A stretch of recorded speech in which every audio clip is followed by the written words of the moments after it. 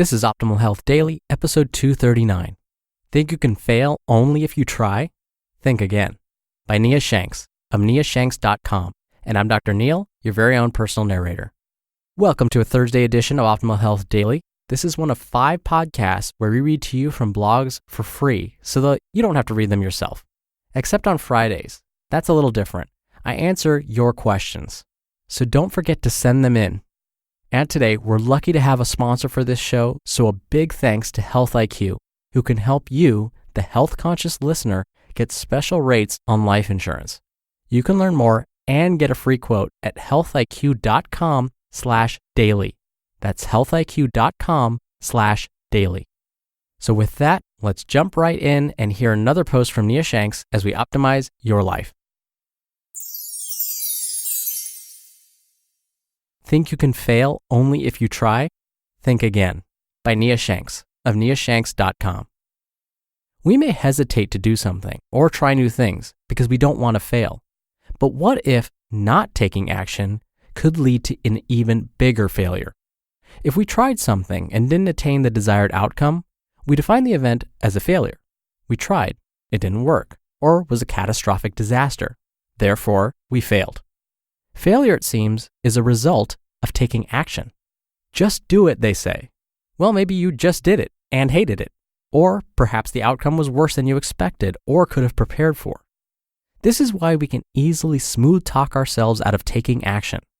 Trying to avoid failure is a comforting excuse to not take that risk or try that new thing and remain safely in our comfort zone. Taking action is scary because it's an opportunity for us to fail. It makes us vulnerable. We say, if I do this thing, I could fail miserably, or the result may not be what I intended. The action may indeed lead to failure, so we procrastinate, make excuses, or put the thought out of our minds. We nestle snugly back into the welcoming warmth of our comfort zone, safe and sound from the big bully, failure. But it's time to redefine failure. Over the past several months, I've been examining this word, failure, to determine what it truly means and how it occurs. As a result of this personal inspection, I pose to you that inaction can be a failure. You can fail because you didn't act or try.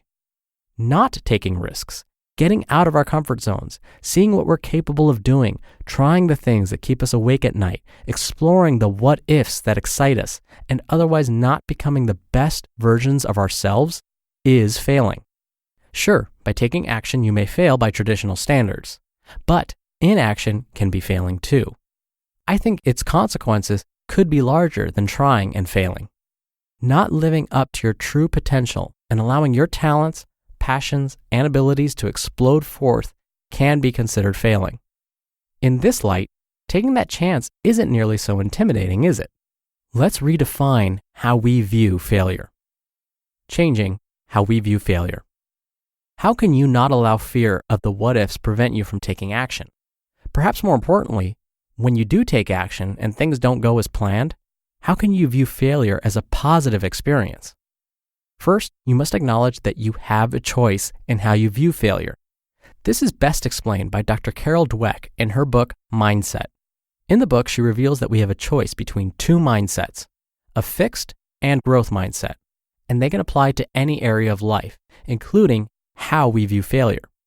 As a brief overview, those who have a fixed mindset believe intelligence and other traits they possess were what they were born with, meaning it can't be changed.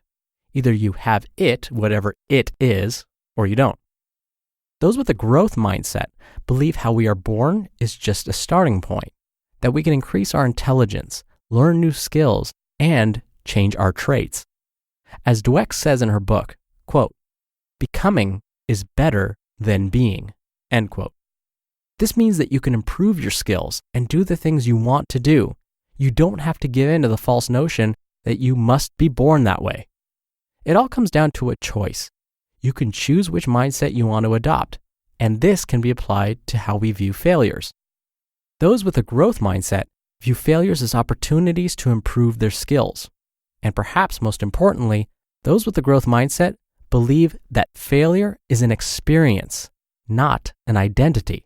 It's an opportunity to strengthen your grit, to learn, to grow, to gain knowledge you can't attain from reading a stack of books on a given subject, to become a better, more experienced version of yourself than would otherwise be possible. Failure is one of our greatest teachers, and we'd be wise to heed its lessons. The next time you're paralyzed by fear and tempted to snuggle back into your comfort zone where scary things don't happen, look at the situation differently. Could you fail worse by not taking the chance, doing the thing, or fill in the blank?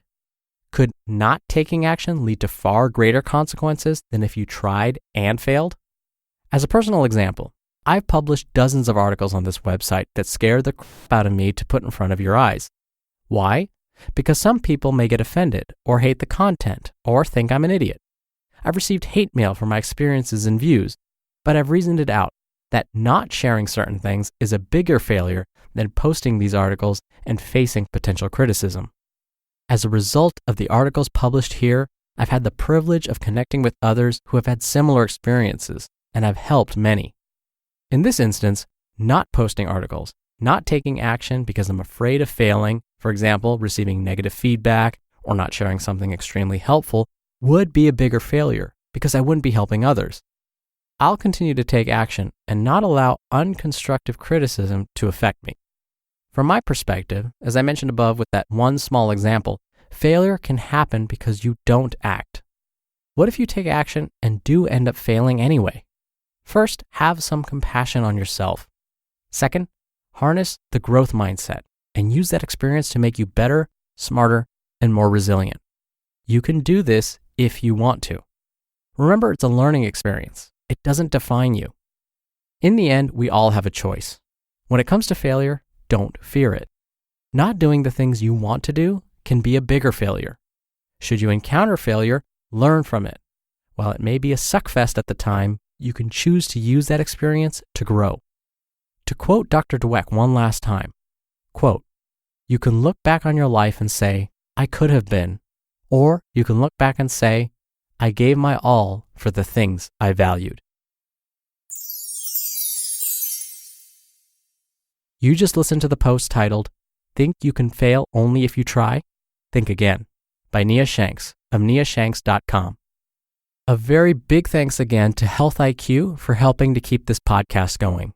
Health IQ believes that you deserve lower rates on life insurance if you pursue a healthy lifestyle. They use science and data to secure special rates on life insurance for health-conscious people, including avid cyclists, runners, vegans, strength trainers, and more. They've researched this and found that if you frequently exercise with intensity, you have a 22% lower cancer risk, a 56% lower heart disease risk, and up to a 34% lower risk of early death. But in general, life insurance companies will increase your price for family history, your BMI, and other health attributes, and yet you don't get rewarded for being active. You could potentially save a lot of money because Health IQ rewards you with special rates on life insurance for being health conscious. Check it out and get a free quote with our link, healthiq.com/daily. Again, that's healthiq.com/daily. And thank you again to Health IQ for sponsoring the show. I've admitted to many people that I'm actually quite high anxiety and quite an introvert, believe it or not. And if you don't believe it, you're with the majority. Most folks think that I'm an extrovert and have no problem talking to people and jumping right in and trying new things. No, I am not like that at all. For those that know me very well, that's kind of the opposite of me. Social interaction is great. I like it, but it actually drains me. I'm one of those that needs a nap after a party. I shared this with you because, again, I wanted to let you know that this is not natural to me either. Trying new things is something that I fight all the time, but I have to force myself to do it. I love that quote Nia shared from Dr. Dweck with regards to looking back on your life and saying, what didn't I try? Could I have been better?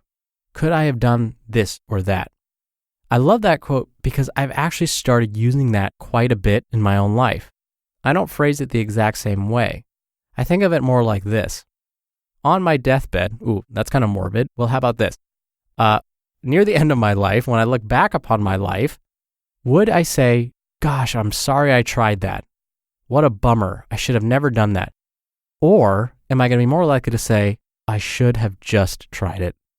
knowing me, even though I fear change and I'm high anxiety and don't like new things or whatever, I know I will still regret those things that I haven't tried. I will likely regret less those things I did try and failed at. So if you're anything like me, I get it. It's not easy to jump in and try new things. I have that same fear of failure, but you can push yourself. It just takes a new mindset. It takes a little bit of force, but it can happen. All right, that wraps up today's episode. Thank you so much for listening. As always, thank you for being a subscriber. Thank you for sharing this show with someone. I hope you have a great rest of your Thursday, and I'll see you back on the Q&A show tomorrow, where your optimal life awaits. Hello, Life Optimizer. This is Justin Malik, creator and producer of this show and Optimal Living Daily, the brother podcast of this one. Literally, I'm Dr. Neil's brother. If you like the format of this show, you'll love Optimal Living Daily too, where I also read to you from blogs, but cover other topics like personal development, finance, and minimalism from bloggers like Derek Sivers, The Minimalists, Zen Habits, and many more. So for more amazing content read to you for free, come subscribe to Optimal Living Daily too, and together we'll optimize your life. You've been listening to Optimal Health Daily.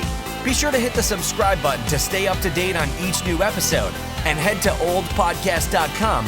That's oldpodcast.com for a free gift, as well as more actionable tips and resources to help you maximize your potential.